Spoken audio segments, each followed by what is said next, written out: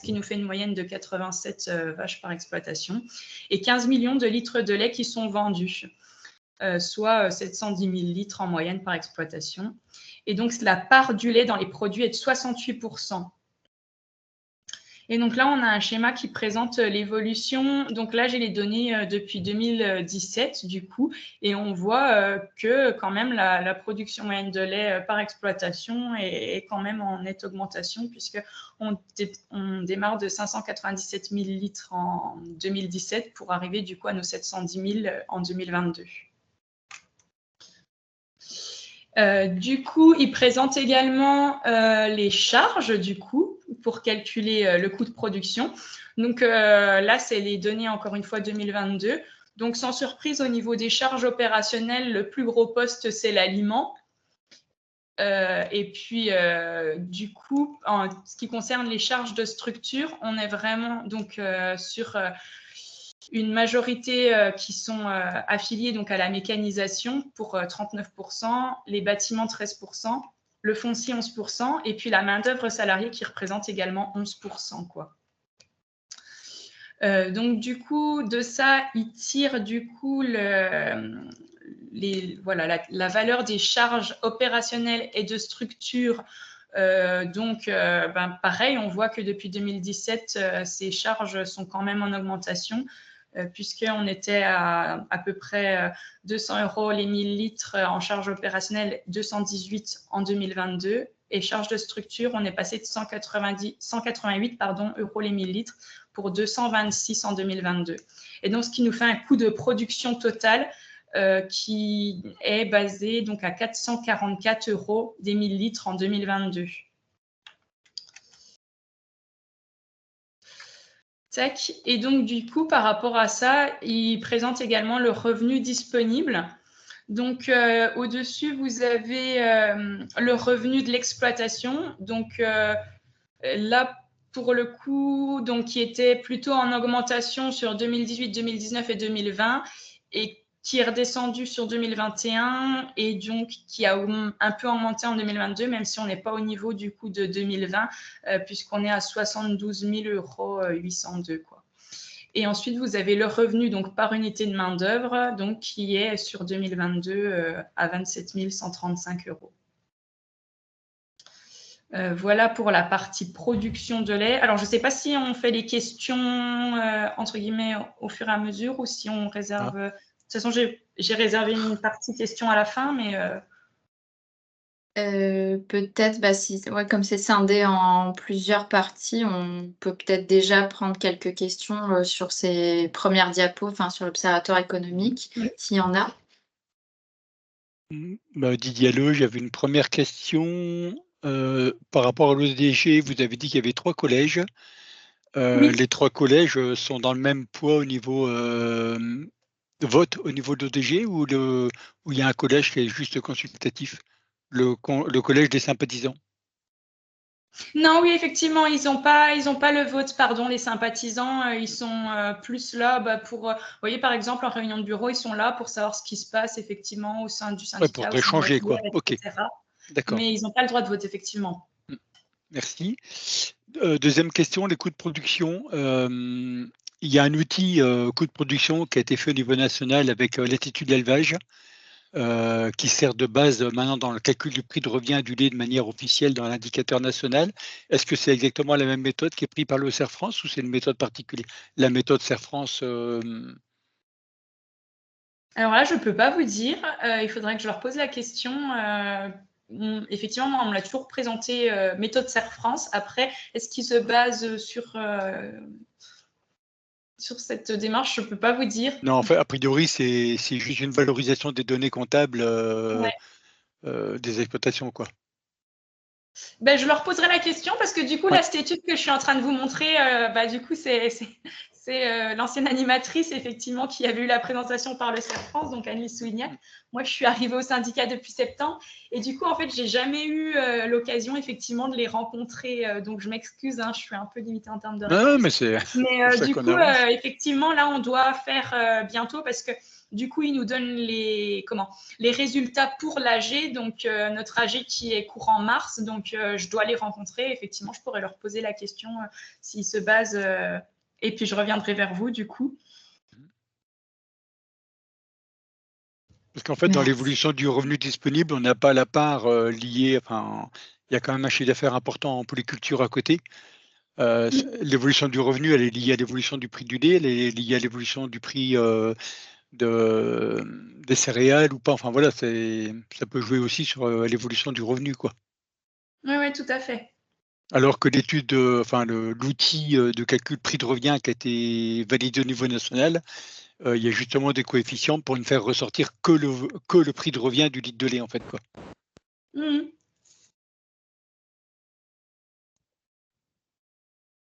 Merci. Marion, du coup, je te laisse la parole. Bonjour, merci. Je m'excuse pour mon retard d'abord.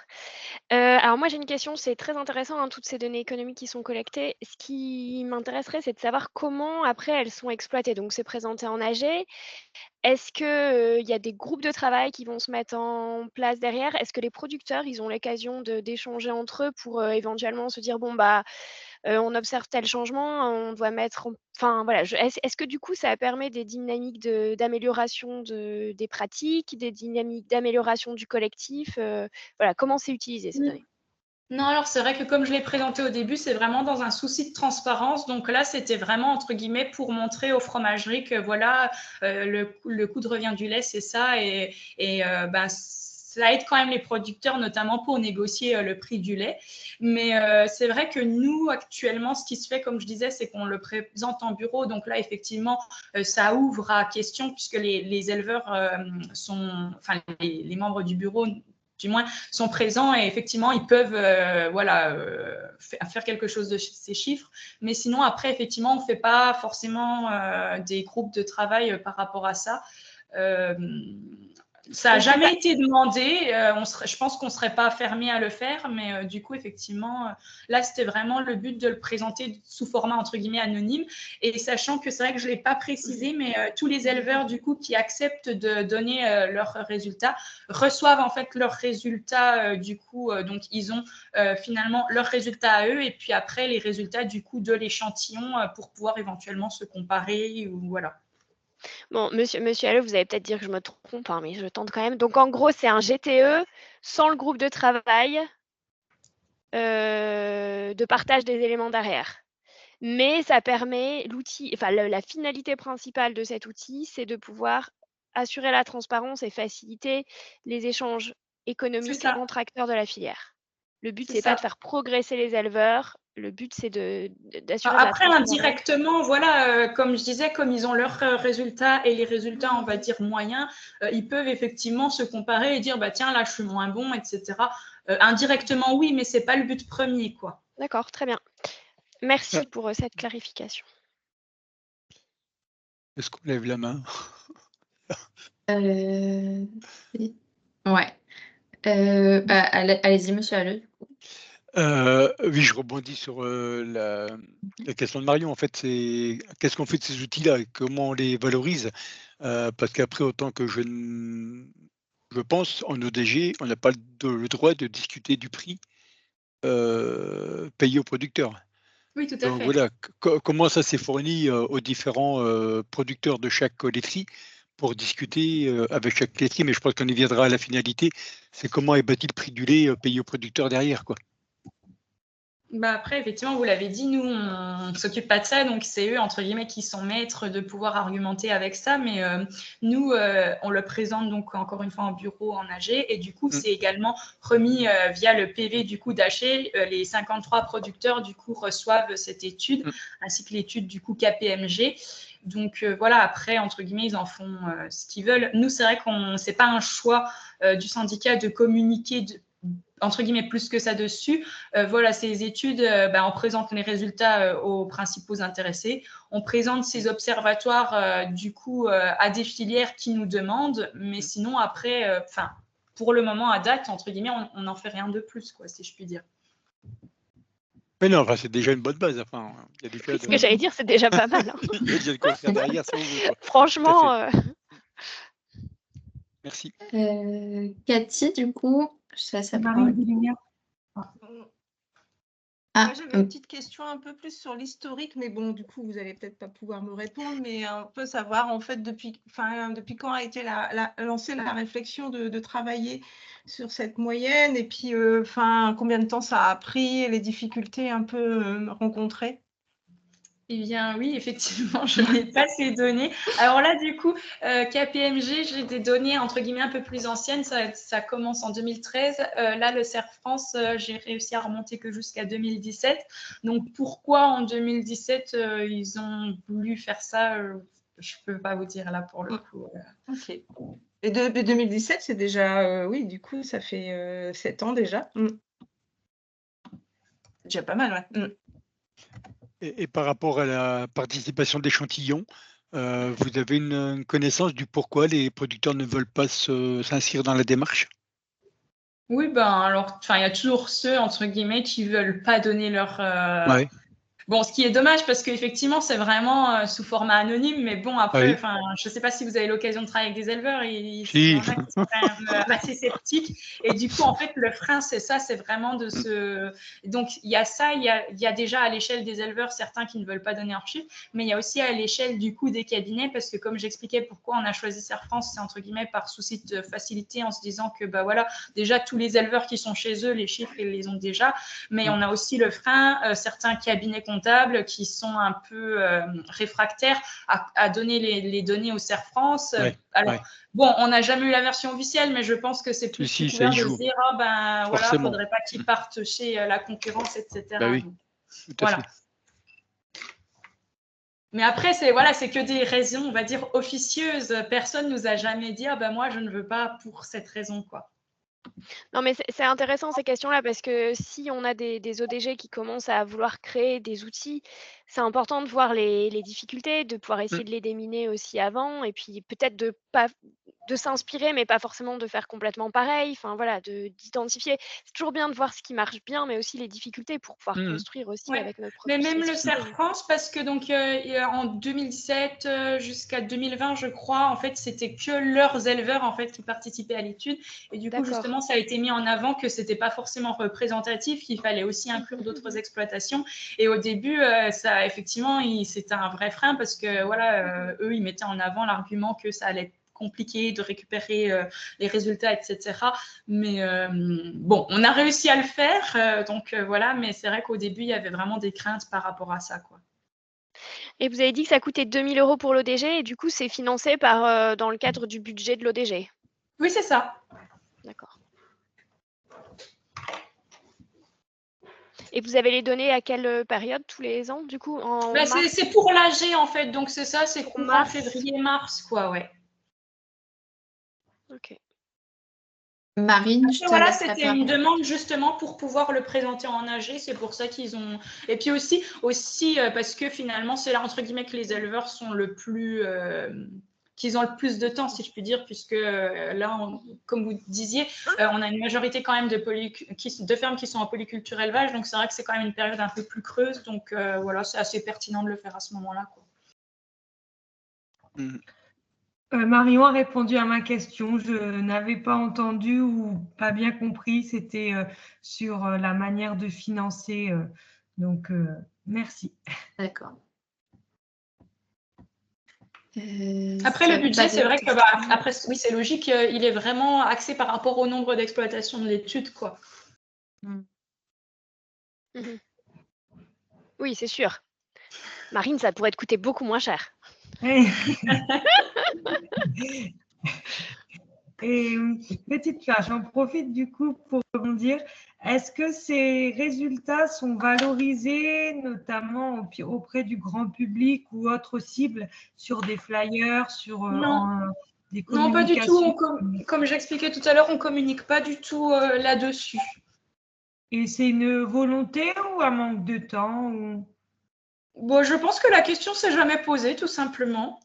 Ok, d'accord. Après, c'est vrai que qu'est-ce qu'on en fait? Parce que c'est vrai que c'est quand même des résultats qui sont assez techniques. Donc, pour le grand public, est-ce que ce serait pertinent de diffuser ce genre d'informations? Je ne sais pas. Non, après, c'est sûr qu'elle demande à être retravaillée, mais voilà, c'était juste même des critères qui parlent un peu plus, ou enfin s'appuyer de ces données pour transmettre des critères qui parlent plus au grand public, mais c'était juste une question. D'accord. Mais oui, pour le moment, les membres du bureau n'ont pas forcément émis l'intérêt. Donc, pour le moment, oui, c'est vraiment un usage entre guillemets interne parce que c'est vrai qu'on le présente quand même à plusieurs autres filières, mais par contre, effectivement, on ne communique pas dessus, quoi. Très bien. Et du coup, vous parlez de présentation à d'autres filières. Enfin, ma question, c'était justement, est-ce que vous savez s'il y a d'autres ODG dans votre région qui ont mis en place ce type d'outil ou c'est vraiment un outil qui reste sur les produits laitiers? Ah, d'autres filières qui ne seraient pas laitières, vous voulez dire? Ouais. À la fois d'autres filières laitières et d'autres qui… Alors, laitières, je ne sais pas, je crois que Benoît, tu as quelque chose un peu similaire sur la partie transformation. Oui, en fait, nous, pour le bruit de mots et le bruit de melun, on a repris en partie le questionnaire, alors pas Char-Franche, mais que KPMG, effectivement, dans le même but d'aider les producteurs de lait à négocier avec leur laiterie ou leur collecteur. Voilà.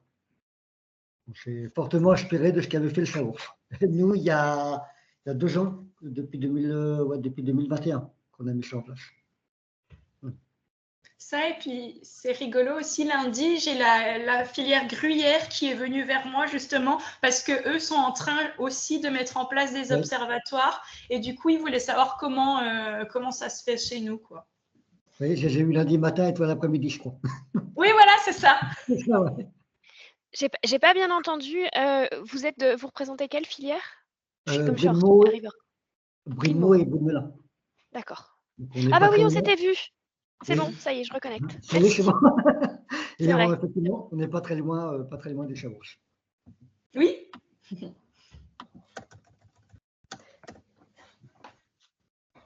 Ok. S'il n'y a pas d'autres questions, on peut continuer la présentation. Tac. Et donc, du coup, ça, c'est pour la partie production. Et donc, sur la partie transformation, comme je l'expliquais, c'est KPMG, du coup, qui mène cet observatoire. Donc là, sous la forme, comme je le disais, d'un questionnaire aux différents transformateurs habilités. Donc là, du coup, on a l'évolution sur 2020, 2021 et 2022. Donc, sur les camemberts, en fait, on voit la part de volume lait AOP, donc c'est ce qui est réellement, on va dire, transformé en Chaours. Le volume lait hors AOP, donc ça, c'est ce qui va être transformé donc en fromage, mais pas en Chaours par le fait, soit que ce soit en déclassé ou alors en d'autres fromages, appellation ou pas. Je dis appellation parce qu'on a une partie de nos éleveurs qui sont double habilités, notamment Chaours et Sous-Maintrin. Et puis après, on a également le volume de lait de dégagement, ce qu'on appelle en fait, c'est tout simplement l'excédent de lait. Donc ça, c'est ce qui est revendu en fait en lait, quoi, et qui du coup, pour le coup, sort totalement de l'AOP également, quoi. Donc on voit que entre 2020 et 2022, c'est assez stable, puisque on voit qu'en fait, il n'y a que 39% du lait du coup qui est collecté, qui est réellement en fait transformé en AOP. Donc, sachant que ces chiffres, comme j'expliquais, c'est les chiffres des transformateurs, parce qu'on a également 3 collecteurs qui ne sont pas du tout habilités, qui sont Sodial, Savencia et CLCO. Et là, pour le coup, c'est du lait qui vraiment sort totalement de l'appellation. Et donc, ces volumes-là ne sont pas compris sur ces camemberts, quoi. Donc, voilà. Donc là, du coup, après, on a vraiment ce qui est la part de commercialisation de fromage AOP. Donc, on voit que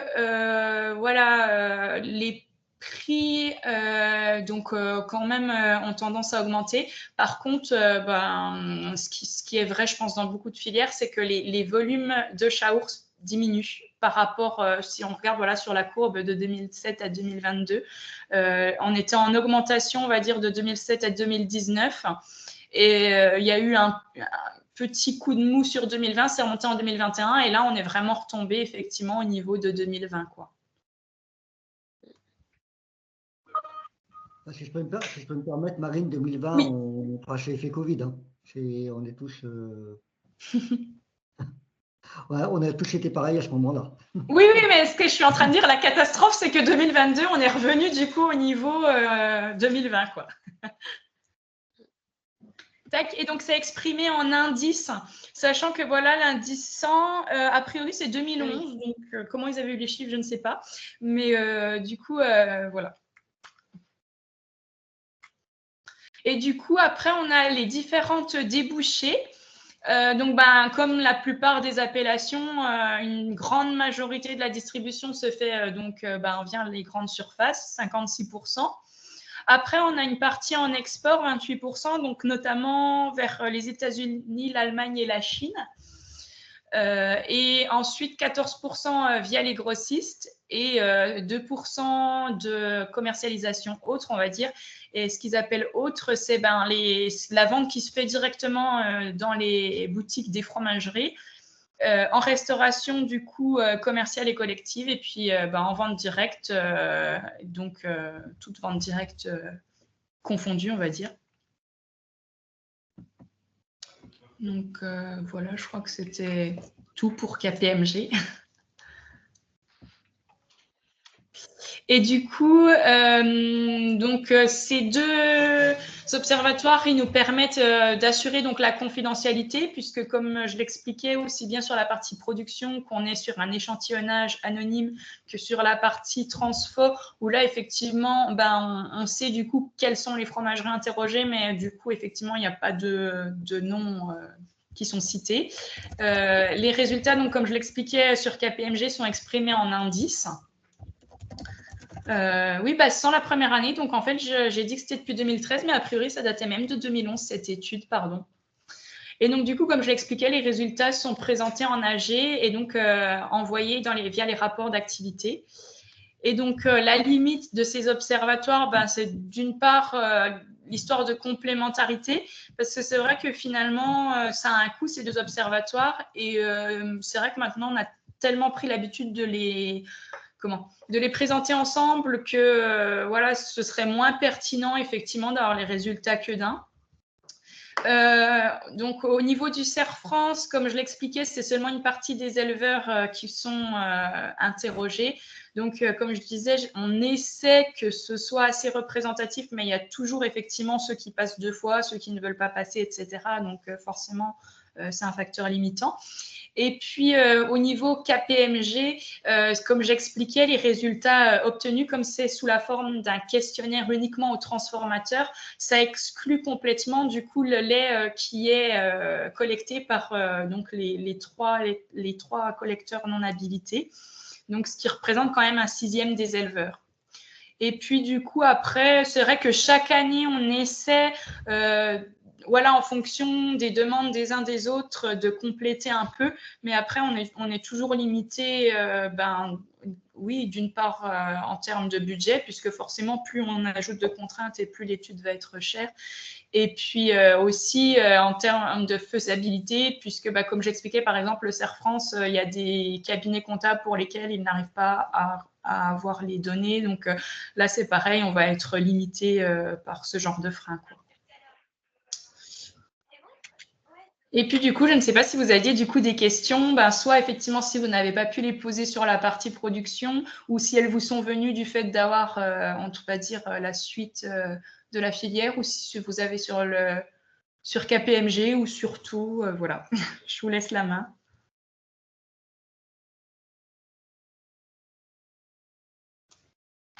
Vous m'entendez? Ah, ça y est, oui. pardon. Oui, c'est bon. Marion, je t'en prie. Alors, moi, j'ai une question pour tous les deux, hein, pour Brine-Meaux, Brine-Melin aussi.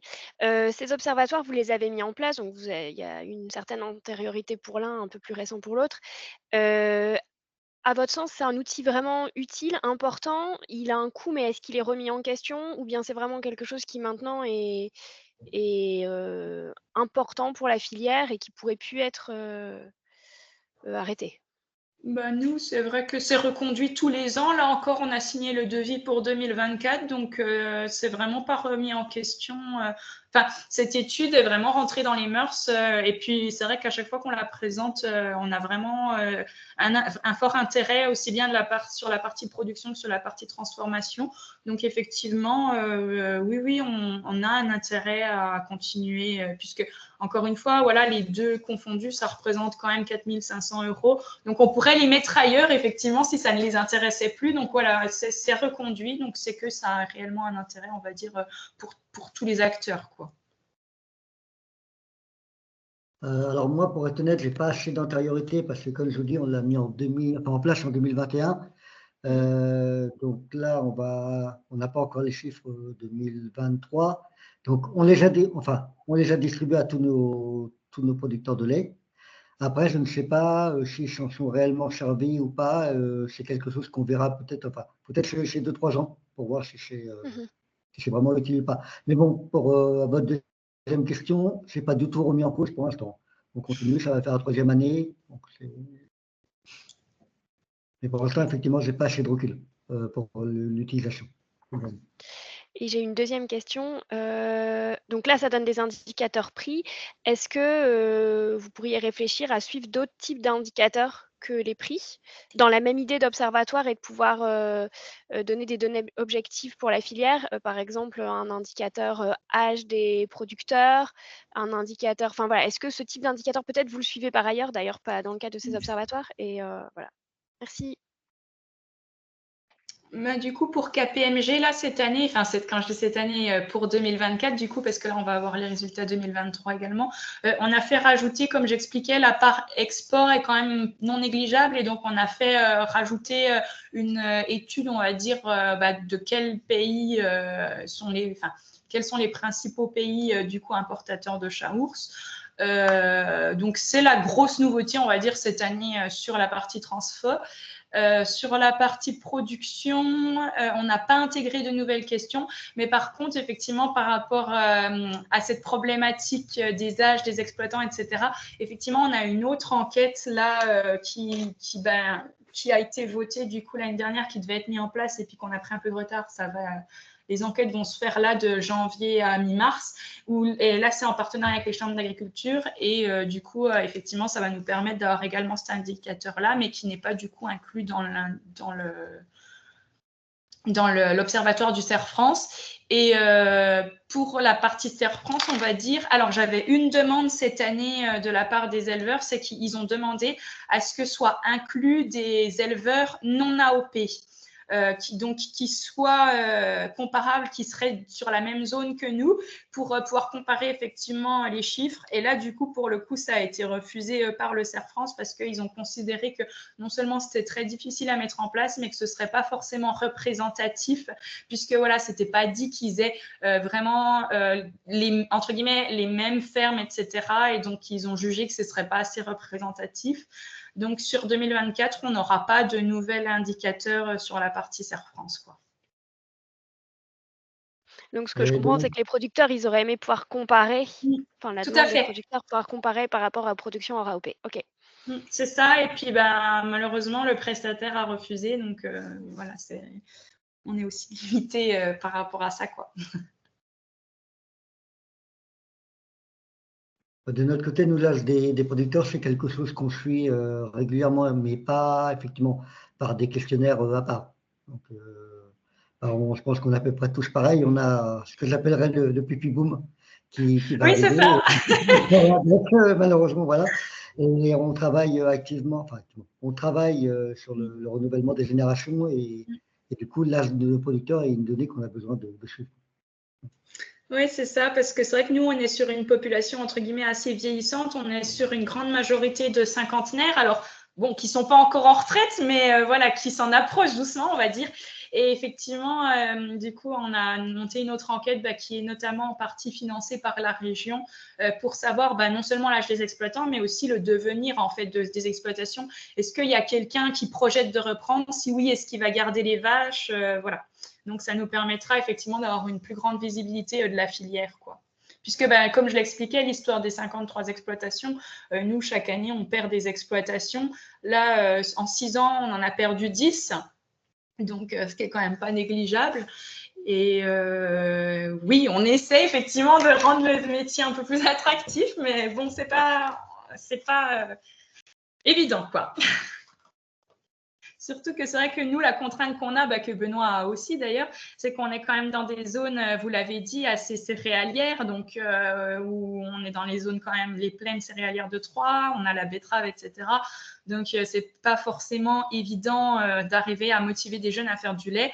On a également une partie de la zone qui est à cheval aussi sur la zone AOC Champagne. Donc là, c'est pareil. Les jeunes préfèrent reprendre les vignes, bizarrement, et puis se débarrasser des vaches. Donc, voilà.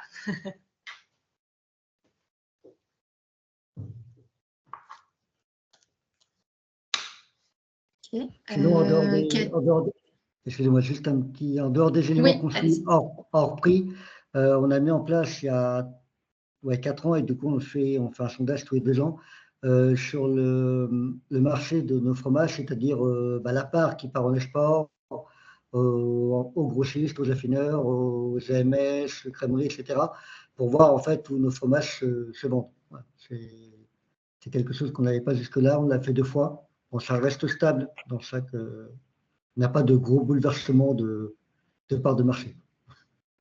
Donc ça veut dire qu'avec l'étude avec le cabinet d'études qui vous calcule l'indicateur, vous allez l'avoir tous les ans maintenant, ça? Oui, c'est ça, oui, tout à fait. En fait, alors, on l'avait déjà, ça, mais avant, c'était géré à l'échelle. Je posais la question à Benoît, en fait, oui. Ah, pardon. Oui, mais Marine peut répondre aussi. Hein. Oui, non, effectivement, maintenant on l'a tous les ans, mais c'est quelque chose qu'on avait mis en place avant déjà pour. Moi, je voulais revenir sur le périmètre de KPMG. Donc, il y a 4 fromageries, il y a Auxon, il y a 2 Lincé et une Sodial, c'est ça, si j'ai bien compris? Non, qui appartient... non. C'est la fromagerie de Mussy, donc qui est à Chaours.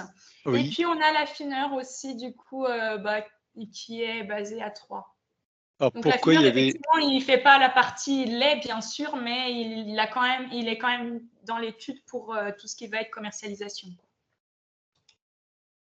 Il me semblait que j'avais aperçu tout à l'heure Sodial dans le... Oui, alors c'était sur la partie production, en fait.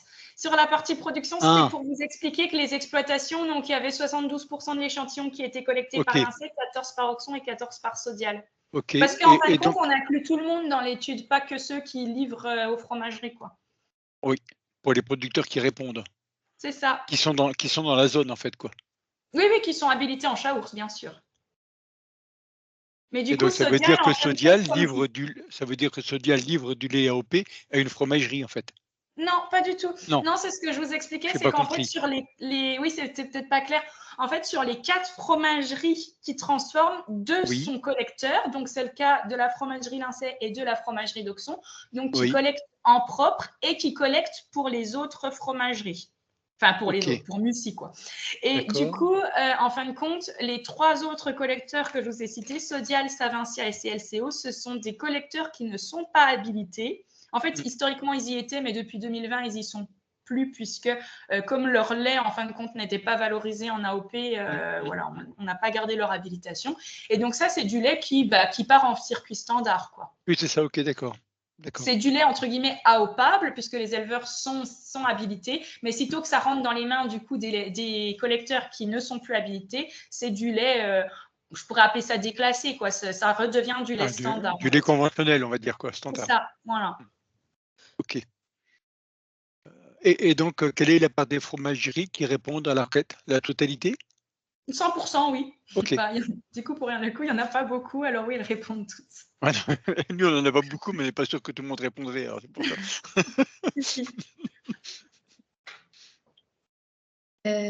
Cathy, tu avais une question? Moi, j'avais deux questions, enfin une question de précision qui est peut-être idiote, mais vous parlez du prix du lait qui est suivi par KPMG et du coup du prix du fromage. Et du coup, c'est le prix sortie usine ou le prix de vente au consommateur? Ben, c'est le prix. En fait, comme c'est les fromageries qui répondent, en fin de compte, c'est leur donnée à elles, c'est leur prix de vente à elles. Donc, que ce soit aussi bien le prix de vente, du coup, via leur boutique, donc aux consommateurs, aussi bien le prix de vente quand elles passent par des grandes distributions. C'est pas le même prix que quand elles vont vendre, entre guillemets, en direct. Donc, c'est leur donnée à elles. Après, je n'ai pas la vision, effectivement, combien les GMS les revendent. Ça, je peux pas répondre, non. Donc ça, c'est pas une donnée qui est suivie pour l'instant, le prix de vente Non, consommateur. pas du tout. Et j'avais une deuxième question qui était plus pour le brief. Donc, vous avez mis en place un observatoire KPMG. Est-ce que, enfin, un peu la même question qu'on a posée tout à l'heure, est-ce que il y a volonté de communiquer auprès des consommateurs, enfin, du grand public sur les données, ou c'est vraiment pour, enfin, ça reste en interne? Non, non, c'est vraiment dans le but d'aider les producteurs à négocier avec leur laiterie. Donc, ça reste pour l'instant vraiment en interne. D'accord. Et enfin, je ne suis même pas sûr que ces données-là intéresseraient le grand public. Enfin, il faudrait vraiment les retravailler pour les adapter au grand Ouais. public. Par contre, moi, je suis désolé, je vais devoir vous laisser parce que je vais envoyer sur une autre réunion. Alors, Benoît, Euh, juste une petite question, Benoît. ouais. Quels sont tes interlocuteurs en termes de transformateurs et qui acceptent de répondre à l'enquête prix? Alors, sur mes 8 fabricants, j'en ai 7 qui répondent de manière rapide. Et j'en ai juste un à qui il faut tirer un peu les oreilles, mais il finit par répondre quand même. Voilà. Donc, en fait, Ok, tout le ok. monde joue le jeu. En fait, voilà. Après, ça a Toutes été, les entreprises. ouais, en fait, ça a été aussi une volonté commune de la part des producteurs et des fabricants d'avoir plus de transparence, on va dire. Donc, c'est pour ça qu'ils ont été. Enfin, le travail est assez facile, quoi. Mm, mm. J'ai une question moi pour Marine. Du coup, je vous abandonne, excusez-moi. Bonne phase de Merci. réunion. Bonne fin Merci de journée, Benoît. Benoît. À Au bientôt. revoir. Au revoir, Bientôt. merci. Merci beaucoup. Au revoir. Au revoir. Dans la valorisation du lait chez les transformateurs, on reste que sur la part de lait transformé en chaours. Oui. Est-ce que, enfin, alors je ne connais pas bien la transformation du chaours, mais est-ce qu'il y a des coproduits qui peuvent sortir de la fabrication du chaours et qui peuvent être valorisés type petit lait ou et ça c'est pris en compte ou pas dans l'enquête Non, pas du valorisation? tout. Donc oui, un coproduit, c'est typiquement c'est le petit lait, vous l'avez dit, et non, c'est pas du tout pris en compte du coup dans le. Dans la Là, valorisation effectivement, on entreprise. parle vraiment de fromage. Et puis, ben, le lait qui pour le coup n'est pas du tout transformé, mais effectivement, le petit lait ne fait pas partie de l'étude.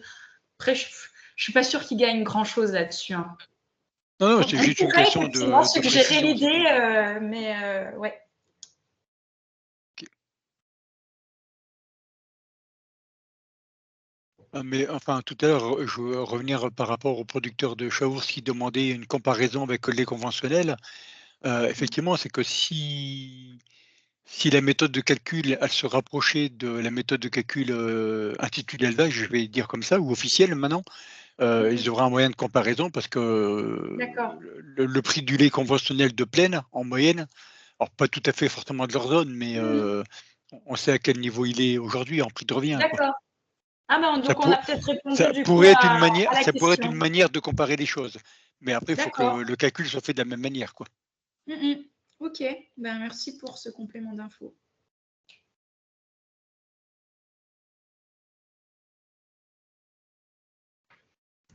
Est-ce qu'on a d'autres questions à adresser à notre intervenante?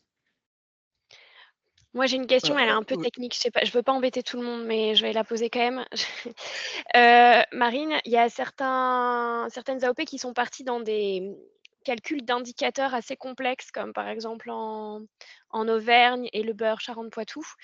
Est-ce que vous aviez étudié cette option-là à l'époque? Bon, tu as pas d'historique, mais peut-être que tu en as quand même entendu parler. Et enfin voilà, parce que là, ce que vous avez fait, ça me paraît beaucoup plus simple. Et c'est bien justement, parce que l'autre indicateur me paraissait très complexe. Du coup, est-ce que vous savez pourquoi vous n'êtes pas parti sur quelque chose d'aussi compliqué et pourquoi vous êtes, enfin, Et est-ce que vous parlez de faire quelque chose de plus compliqué qui permette de travailler sur des outils de régulation de l'offre ou pas? Alors du coup, je m'excuse encore, mais j'avoue que je n'ai pas tout l'historique, malheureusement, je n'ai pas cette information. OK. Mais par contre, effectivement, c'est pas du tout une demande.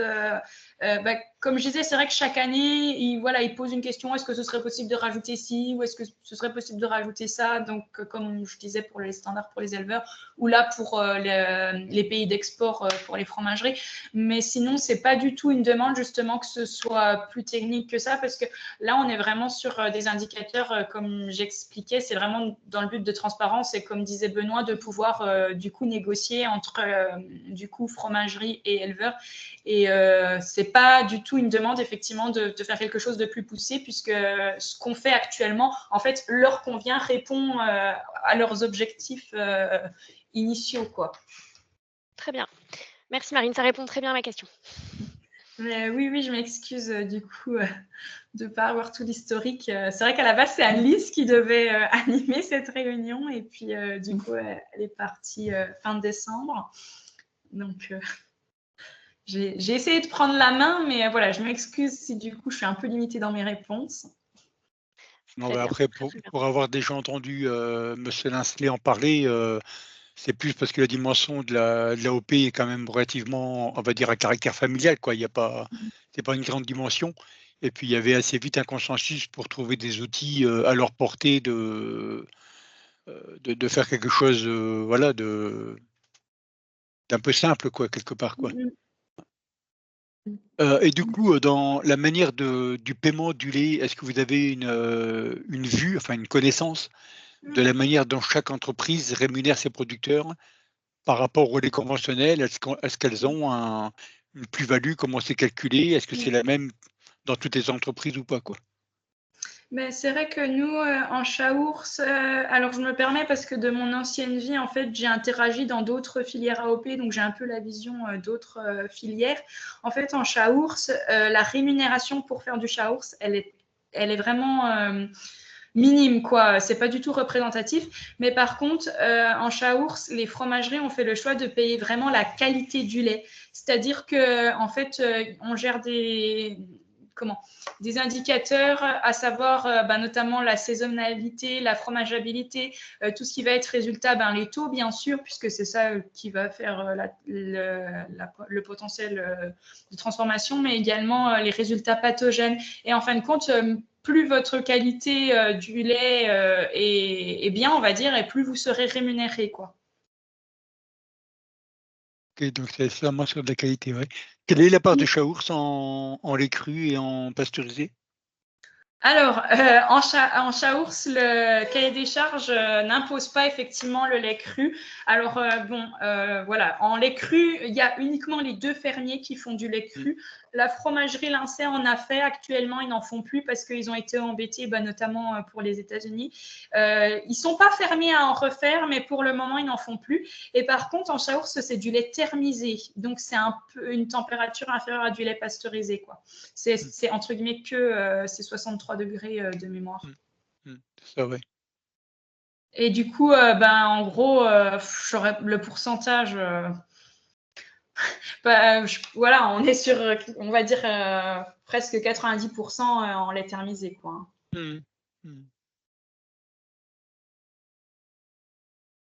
Donc, du coup, c'est sur le prix du gramme différentiel où c'est plus important a priori que l'Interpro, en fait. S'ils jouent sur la qualité du lait, ça veut dire qu'ils ont augmenté les prix de rémunération de la matière grasse et la matière protéique. Oui, tout à fait, oui, ça. Et puis, comme je vous expliquais, voilà, les pathogènes. Et puis, après, c'est sous forme, comme je vous expliquais, ils rémunèrent aussi ce qu'on appelle le lait d'été, puisque, en fait, le Chaours, c'est pas long, l'affinage, c'est que 14 jours à compter du jour d'emprésurage. Donc, en fin de compte, ce qui est intéressant pour les fromageries, comme la plupart des AOP laitières, le plus gros des ventes se fait pour Noël. Et puis, en règle générale, quand même plutôt en hiver. C'est vrai que les gens mangent plus de fromage en hiver, de toute façon. Et du coup, effectivement, ils donnent également des primes aux producteurs pour faire du lait d'été. Ce qu'on appelle le lait d'été, voilà, c'est fin d'été et puis automne, quoi. Pour avoir justement plus de lait au moment où la consommation augmente, quoi. Ouais. Donc, si j'ai bien compris, la rémunération du producteur, elle est basée sur la qualité du lait et pas sur le fait que le lait il est transformé en AOP ou pas. Alors ça, c'est un gros avantage en Chaours, comme je vous expliquais, qu'il y a quand même pas mal de producteurs qui ne sont finalement pas du tout transformés en Chaours. En fait, en Chaours, ils ont fait le choix de rémunérer tous les producteurs pareils, peu importe qu'ils soient réellement transformés en AOP ou pas, puisqu'ils considèrent que les éleveurs qui font de l'AOP, ils répondent au cahier des charges, ils se soumettent au contrôle, etc. Et donc, même si, entre guillemets, c'est pas leur faute s'ils ne sont pas transformés en AOP, donc c'est le choix que tout le monde soit payé pareil, effectivement. Et c'est pour ça justement qu'ils rémunèrent les taux et les résultats pathogènes, puisque ça, de toute façon, peu importe la laiterie qu'ils ramassent, c'est des analyses qui se font, quoi. Ok. Et par Tous rapport, les ans, ils reviennent là-dessus. Tous les ans, ils disent « Ah, ben oui, mais si on n'en donnait pas à ceux qui ne sont pas transformés, on pourrait en donner plus à nos éleveurs qui sont dans la fromagerie. » Mais voilà, après, ils font un choix sur l'avenir, comme on expliquait un petit peu là, c'est qu'on a quand même pas mal d'élevages qui arrêtent le lait. Et donc, en fait, ce qu'ils se disent, c'est que le jour où ils vont, entre guillemets, manquer de lait, eh ben, il y aura ce petit réservoir de lait qui, actuellement, n'est pas transformé, mais qui potentiellement, effectivement, pourra devenir du Chaours.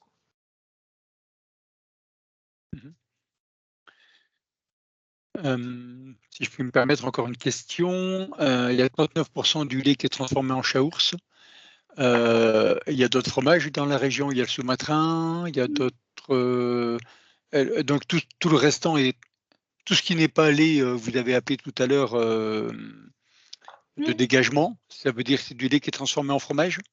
Ah, le lait de dégagement, c'est autre chose. C'est par exemple la fromagerie Lincey, voilà, ou la fromagerie quand il y a un excédent. Quand ils collectent, en fait, je dis n'importe quoi, ils ont besoin, on va dire, alors là, je dis vraiment des chiffres pour faire un exemple, ils ont besoin, on va dire, de 70% du litrage pour faire leur fromage. Les 30% restants, ils revendent à d'autres laiteries. Donc ça, ça peut aussi bien finir en fromage qu'en lait en brique. Voilà. Et par contre, la fromagerie Lincey et la fromagerie d'Auxon font effectivement du sous-maintien, puisque comme je vous disais, on a une partie de nos éleveurs qui sont double habilités, puisque comme vous disiez, les zones se chevauchent. Donc là, par contre, je n'ai pas l'info de savoir dans le lait du coup AOP, donc AOP Chaours, je ne peux pas vous dire le pourcentage qui part en sous-maintien, puisqu'après, ils ont aussi plein d'autres références de fromages qui ne sont pas AOP. Voilà, ils font du Senonais, je n'aurais même pas vous citer tout leur... mais ils font aussi du fromage non AOP. Et du coup, je ne pourrais pas vous dire effectivement le pourcentage qui partirait en sous-maintien et en autre fromage, on va dire. Okay.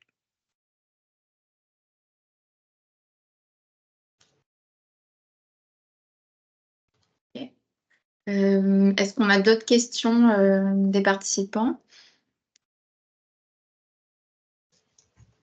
Les filières qui ne sont pas en lait, n'hésitez pas. Hein.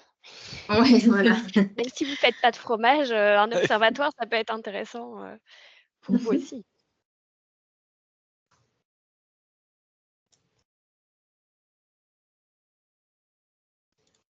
Ok. Bon, visiblement, c'est bon. On n'a plus de questions. On vous remercie, Marine, pour votre intervention. Je pense que c'était assez clair pour tout le monde et j'espère que ça va inciter pas mal de nos filières aussi à se lancer dans des démarches similaires. On renverra le diapo de la présentation à tout le monde, comme ça vous pourrez le regarder aussi à tête reposée. Et on a aussi donc lancé un enregistrement, bon, pas depuis le début, on a un peu oublié, mais voilà, en cours de route pour que vous puissiez retrouver aussi les échanges si vous n'avez pas tout noté. Donc ça aussi, on vous renverra tout ça. Donc on a de notre côté un dernier temps aussi pour vous soumettre des idées pour les prochains webinaires de l'année, pour avoir un petit peu votre retour et ce que vous jugez le plus pertinent, enfin voilà, ce qui vous serait le plus utile pour qu'on puisse adapter les prochains sujets. Je laisse Mathilde du coup prendre la main là-dessus. Donc, je vais vous proposer du coup différents sujets pour cette année. Donc, l'objectif, c'est que vous leviez la main quand le sujet vous paraît prioritaire. Et pas lever la main physiquement, mais via le petit onglet Teams. Donc, du coup, le premier sujet, c'est la communication au sein d'un ODG. Donc, quels outils de communication pour simplifier la communication entre les opérateurs et fluidifier les échanges? Donc, est-ce que ce sujet vous paraît intéressant ou pas? Donc, si vous paraît intéressant, levez la main via le petit... C'est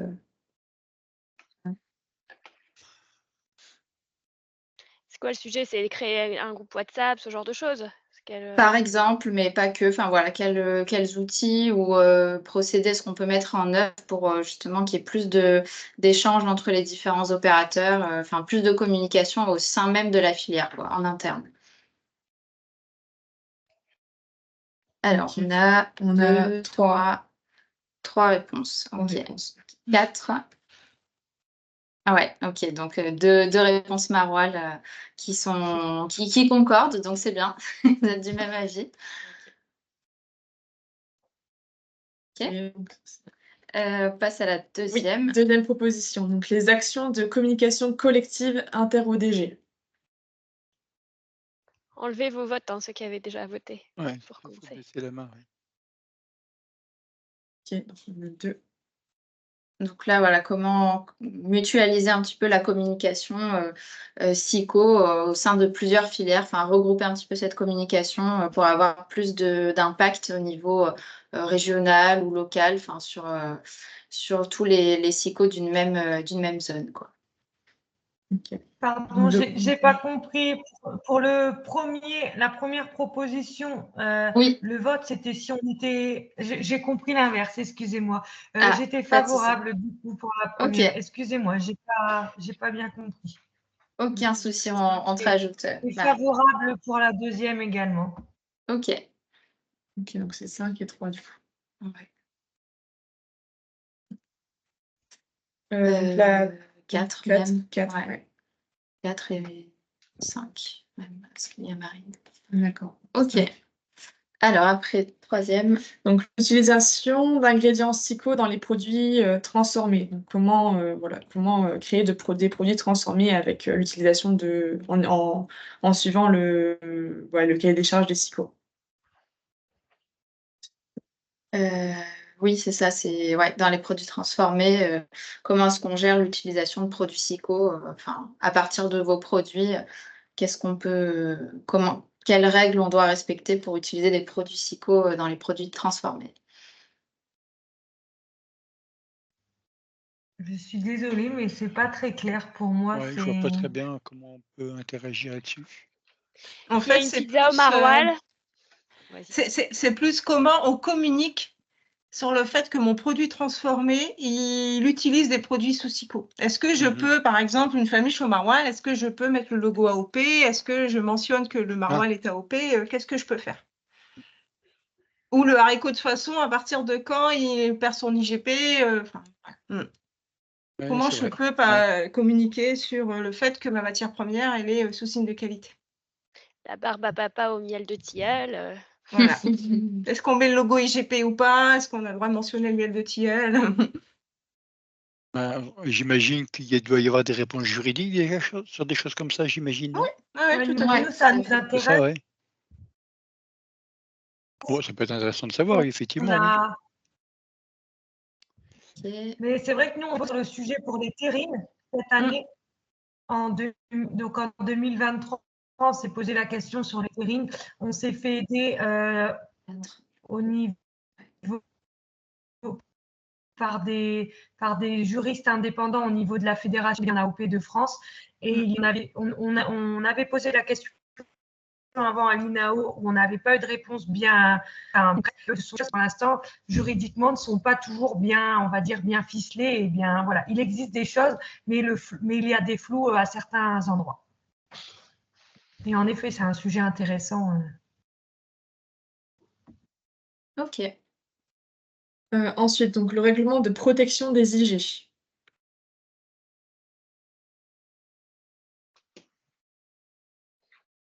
J'ai pas entendu, moi. Le Le règlement. règlement de protection des IG. vos évolutions de la réglementation européenne, c'est ça? Oui, c'est ça. Et rappeler, en fait, c'est quoi une IG, comment elle est protégée, à partir de quand il y a usurpation, qu'est-ce qu'on fait quand il y a usurpation, qui intervient.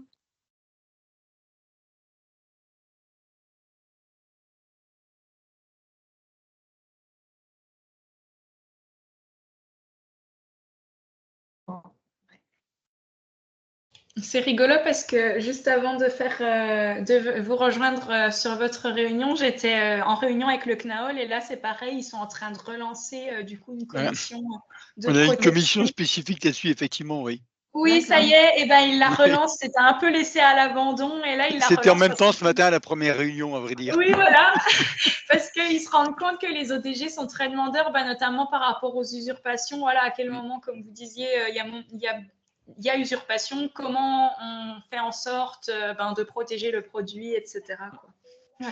Oui, et puis il y a le règlement européen qui est en cours de modification ou tout juste modifié, qui va aussi imposer des nouvelles règles sur les noms de sites internet, etc. Donc il y a des changements qui vont arriver.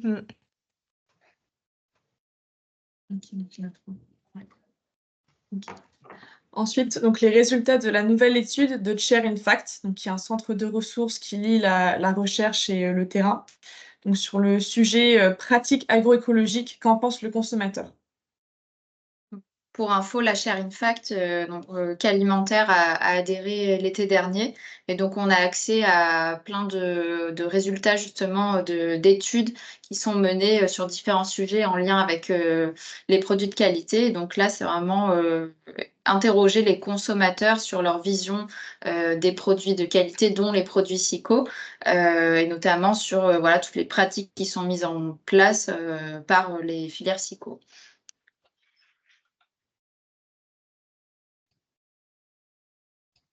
Ok.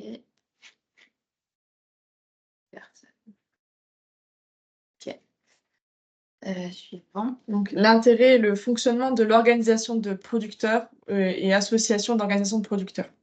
Comment fonctionnent ces différents organismes? Comment est-ce qu'on peut mettre en place ces différentes structurations et qu'est-ce que ça peut apporter en termes d'outils mobilisables après par la suite?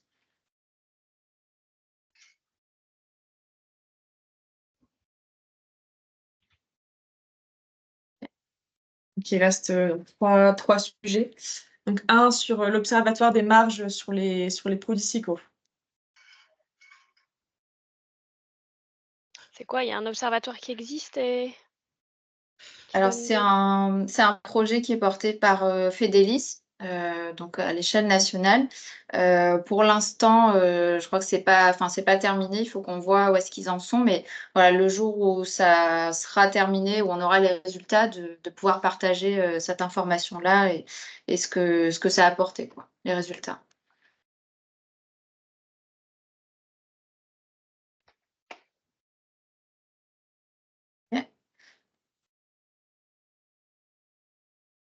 Ensuite, un sujet du coup sur le fonds leader, donc comment le fonds leader fonctionne et quelles sont les opportunités pour les filières sous SICO.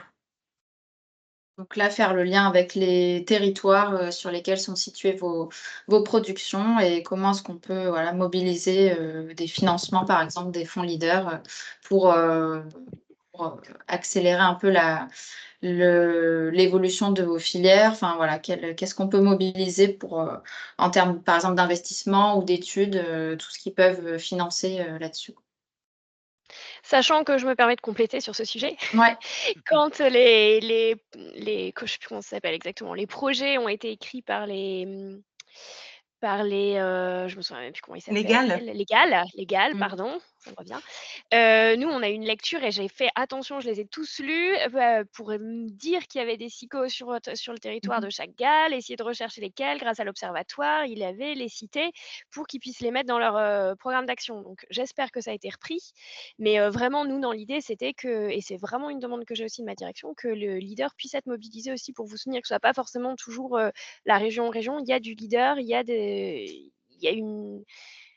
une façon de travailler qui est spécifique à leader et qui est très intéressante et qui devrait pouvoir être mobilisée pour les liens par rapport au tourisme, par rapport à, enfin voilà. Donc Tout à fait, ouais. Merci pour ces compléments, Marion. Je vois que ça soulève pas mal d'enthousiasme.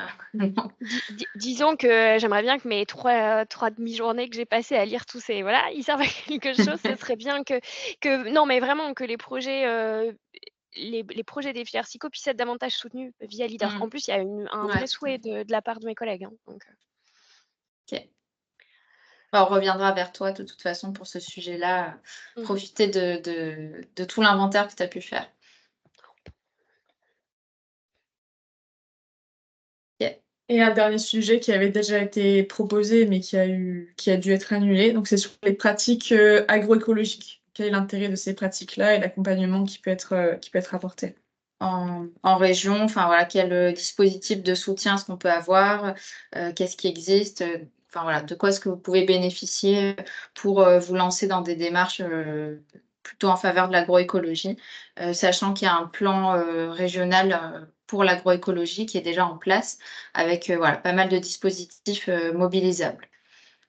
Merci Camille. Je voulais compléter ça aussi pour dire qu'il y a en effet un plan SICO qui est porté par la région, mais il y a aussi un plan agroécologie dans le cadre duquel on finance, il y a de l'accompagnement qui est mis en place, il y a des choses fort intéressantes et voilà, il y a quand même une attente de l'INAO, mais des attentes sociétales qui sont présentes. Vous y êtes confrontés. J'ai déjà entendu les présidents de vos différentes ODG dire que vous deviez rendre vos cahiers des charges vraiment pas fiable, mais enfin, gardez votre niveau d'excellence et donc il y a des choses qui sont mises en place, de l'accompagnement qui peut être proposé. Voilà, c'est en plus, l'accompagnement des filières psycho, c'est clairement un axe de notre plan agroécologie, hein. Donc pour faire évoluer les filières. Donc voilà, mais ça avait déjà été proposé par Camille, il n'y avait pas eu beaucoup d'intérêt à l'époque. Donc peut-être que là, en ayant une explication, il y en aura plus que par un mail. Mais voilà. OK, merci. Merci pour vos réponses. Donc, du coup, on a deux gros sujets qui ressortent. Donc, c'est sur le fonds Leader et aussi au niveau des outils de communication qui peuvent être apportés. Donc, il y aura un questionnaire qui vous sera envoyé après la réunion, justement, par rapport au sujet prioritaire. Donc, c'est voilà, après réflexion, savoir si vous avez d'autres sujets en tête aussi à proposer. Et également vos disponibilités, donc en termes de jours et aussi en termes de fréquence des webinaires. Donc, est-ce qu'on garde un webinaire, est-ce qu'on fait un webinaire mensuel ou alors un webinaire par trimestre? Donc, si vous pouvez remplir le questionnaire et transmettre du coup aux personnes, à votre entourage, aux personnes que vous connaissez pour avoir un maximum de réponses et cibler les sujets prioritaires. Je me permets de compléter juste pour dire que ça prend beaucoup de temps à Qualimentaire d'organiser ces ces événements, enfin ces temps, et donc c'est vrai que c'est dommage pour eux quand ils passent beaucoup de temps à préparer, à chercher des intervenants et que finalement il n'y a pas beaucoup de monde. Donc dites-nous vraiment quel format est le mieux. Je pense peut-être la visio, Ouais. il y a pas de déplacement, donc peut-être c'est mieux. Ce que vous avez pensé de ce temps-là? Parce que voilà, si c'est quelque chose dont vous n'avez pas besoin, vous pouvez le dire aussi, mais au moins nous, on sait quand on prépare les programmes d'activité, ce qu'il faut prioriser ou pas. C'est vraiment important pour Qualimentaire et puis pour la région aussi de connaître vos besoins. Donc merci vraiment de répondre à ça, s'il vous plaît. Merci Marion Pour ton soutien. pour le rappel et le soutien. Merci à tous du coup pour votre J'avais présence. J'avais une dernière question qui me venait donc suite à l'écoute des deux témoignages d'observateurs, je vais dire, entre le brie de Melun et puis le Chaours. Je me rends compte que est suivie la part à l'exportation, la part de commercialisation en GMS dans les autres circuits de distribution. Donc, est-ce que c'est des choses que vous, dans vos ODG, vous suivez? Est-ce que c'est des choses que vous aimeriez suivre? Parce que du coup, si c'est suivi dans les ODG, on pourrait peut-être aussi rajouter un indicateur dans le cadre du mémento économique. Donc, ou alors peut-être l'envisager sur les prochaines années et les mettre en place dans vos ODG déjà. Donc voilà, est-ce que c'est des choses qui sont déjà suivies? Pour nous, en baie de Somme, étant donné qu'une grosse part passe par la revente par des négociants, il est difficile de le suivre, même si on sait que la part ne cesse d'augmenter. Après, la difficulté, ce serait de voir comment on peut le suivre. Mais après, en effet, ce serait intéressant. Mais là, à ce jour, on ne sait pas comment on peut le suivre. Ce qui serait intéressant aussi sur l'AOP présalé de la baie de Somme, c'est ce que tu disais tout à l'heure, Marine, c'est de voir la part qui part en transformation, qui n'est plus AOP du coup, mais... C'est ça, ouais. C'est ça, la difficulté, c'est étant donné que 8 éleveurs sur 10 vendent à des négociants, bah, malheureusement, on perd cette gestion des données.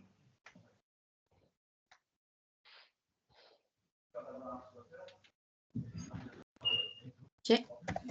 Monsieur Halleux, vous avez une question? Ah, on ne vous entend pas avec le micro est fermé. Oui, c'est fait. En maroilles, on ne connaît pas la destination des ventes de produits, mais c'est quelque chose qui nous intéresse. A priori, il y a une bonne part qui part aussi en cuisine et dont on ne sait pas en fait. Ouais. Donc, effectivement, si on arrive à faire passer un indicateur, ça peut être un bon moyen de voir comment sont valorisés le produit, quoi. Et l'export, pour le moment, à dire de discussion comme ça, c'est quand même assez faible. Oui, c'est très très faible. Et sur les autres filières, je ne sais pas s'il y a déjà des suivis.